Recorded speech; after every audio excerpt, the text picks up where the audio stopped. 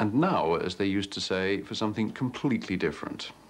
The second half of this double bill comes from the second oldest branch of Chinese cinema, the Hong Kong film industry, which has flourished since the 30s as the center for filmmaking in Cantonese, the dialect of South China.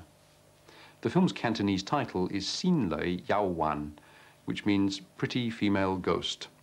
The export title is plainer and simpler, a Chinese ghost story.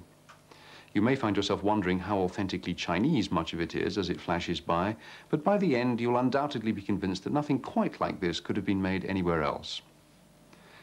The film is nominally based on a story from a famous Ming Dynasty collection of supernatural tales by Pu Songling.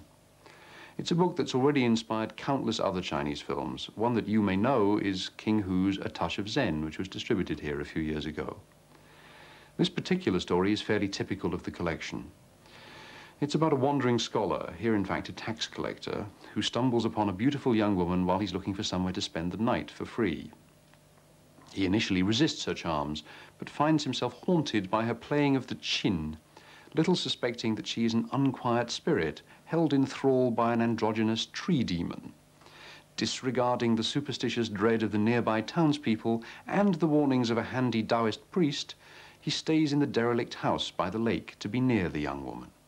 Hardly a moment has passed before he's being assailed by the prowling camera last seen in The Evil Dead, the mouldering zombies last seen in a George Romero movie, and any number of other old friends that you'll recognize if you have a taste for lurid B-movies and a video player. It's not exactly a new thing for the Hong Kong film industry to pillage ideas and images from recent hits, both Chinese and foreign, but this film carries off its larceny with a lot of aplomb. In a way, like in The Wild Mountains, it's a product of the new wave in Chinese cinema. The industry in Hong Kong went through its upheaval several years before the one in the mainland, in 1979, when a large group of young directors, most of them trained in Western film schools, moved from television into filmmaking. In less than 2 years, they succeeded in displacing nearly all the well-known directors of the older generation. Several of them have fallen by the wayside since then, but one who hasn't is Tsui Hark, a Vietnam-born immigrant who started out drawing comic strips and later found himself in the film department of the University of Texas. Choi's first film was an inspired fantasy thriller called The Butterfly Murders, and it launched him on a spectacular career.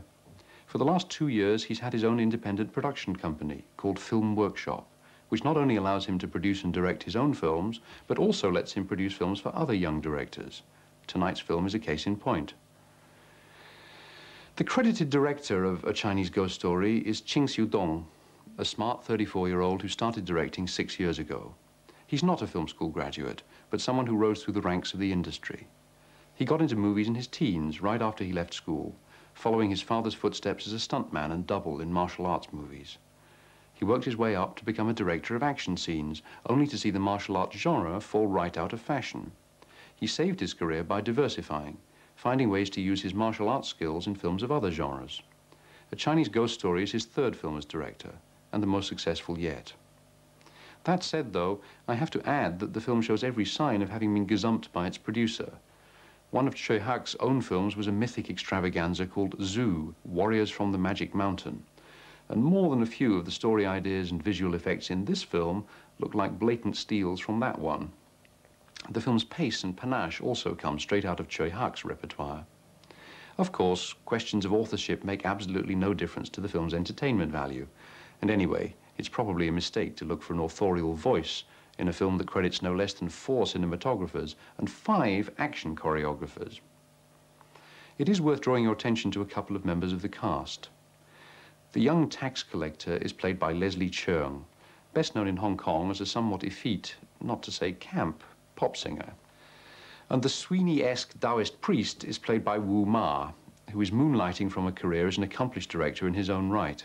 In fact, he helped to launch the Hong Kong fashion for horror comedies with a film called The Dead and the Deadly. Watch out here for the scene in which he performs a rap version of the opening words of Lao Tzu's Tao Te Ching, which is the Bible of Taoism. Apart from being wildly anachronistic and mildly sacrilegious, it's very, very funny, and typical of the film's ability to liven things up by throwing in something completely unpredictable. Worth staying up late for.